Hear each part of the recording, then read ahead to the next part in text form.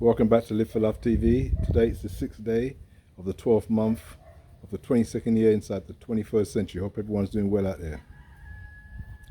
Forgive me, you're going to hear a lot of dogs in the background today because there are plenty of dogs around here and this is their time where they like to make a lot of noise. Anyway, what is to you the world? W-O-R-L-D. Because we hear so much now about people constantly saying, and we've heard it for a long time, people constantly saying that the end of the world is coming and we're heading for the end of the world. What I'd like you to think about while I'm saying this, even right now while I'm speaking, is what is the world? What would you say is the world? It's something that needs to be examined before you say there's going to be an end to it. Are you saying that the world is the planet? Are you saying that the world is the earth? What is the world? I don't know. If you go back to many of the scriptures that go back in the old days, the world was never described as the planet itself or the earth. That was not the world. When they talk about the world in many of the scriptures you hear, they were talking about a system basically that was put there by many different people, like Babylon controlled the world, and the Egyptians controlled the world and other people controlled it. But this was the world in their own concept. There were many places that they didn't have any, on the planet, they had no control over whatsoever. In fact, they'd never even traveled to. But, so when people talk about the old world, they're not talking about the planet, they're talking about a particular part of the planet. So world meant something different then.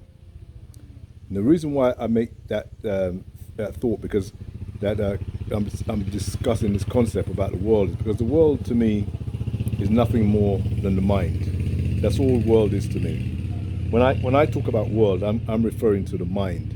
You got programs like, I think there's a TV program called Wayne's World. I've never watched it, but just the very title tells you something, that somebody can have their own world. Really, someone has their own mind.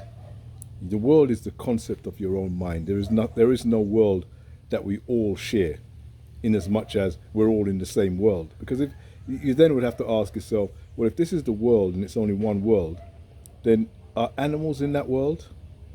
Do animals play a part in the world?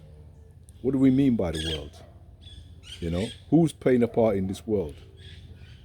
You have you have the first world, so that's another world, and then you have the third world, the second world. So obviously there's different worlds. So it's obviously not the planet, because we know there's only one planet that we're inhabiting right now, and one sun and one moon and many stars. So when we're talking about the world and the end of the world, we're not talking about the end of the planet. We're talking about the end of some concepts that people hold within their mind, and the way that they run they run things mentally. So then we could take that even further.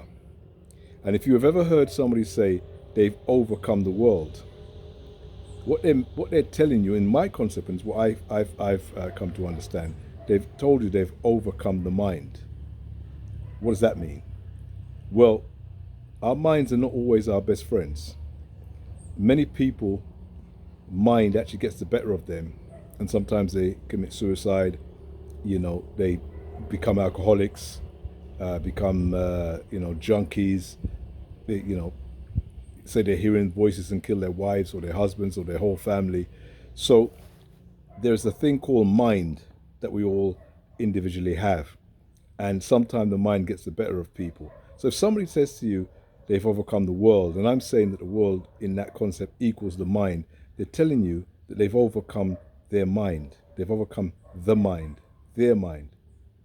Therefore, they're no longer subject to what the intellectual mind is telling them, which is a great state to be in. And in many religions and many places around the world, that's literally called enlightenment. That's what the word enlightenment would literally mean. Somebody who's overcome their own intellect and still able to operate, not going to sit in a corner to hum and ah. So the reason, as I say, I keep going on about this, is the world. The world is the mind, and the mind is not always your friend. The mind's really supposed to be a tool that you use, just like you use any other tool in the garden. But the tool doesn't tell you what to do. But for some reason, our minds often tell us what we should do. and where we should go and how we should behave and what we should say. Somehow we have to find a way to overcome those minds, therefore overcoming the world. So we no longer listen to our mind telling us how we converse with other people. Before I come on YouTube, I take a little bit of time so that I can come straight from where I'm coming from and try to bypass my own intellect and my own mind. And then the subject matter becomes completely different to what my mind was telling me I should put on YouTube. I could put something on YouTube, but maybe it might get me a lot more views, but it'll be just the same as everybody else.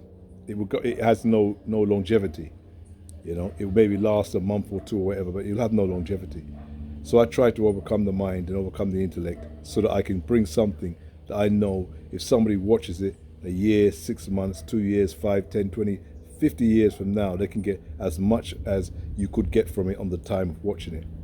I do my best to do that. I don't always succeed, but that's always the process I go through before I even put anything out on the YouTube channel. So the mind is the world. And yes, there will be an end to the world one day. Yes, there will be an end to the mind. The mind will no longer be our captive. There will no longer be our champion. How that will happen, I have no idea. But it will happen. And maybe just by the same powers that we heard said would overcome the world, that will, end the world. Maybe that's the same power that will end the mind. But wherever, anyhow you look at it, that's my concept. That's how I see it. And I'll see you again soon. Live for Love TV. Take care.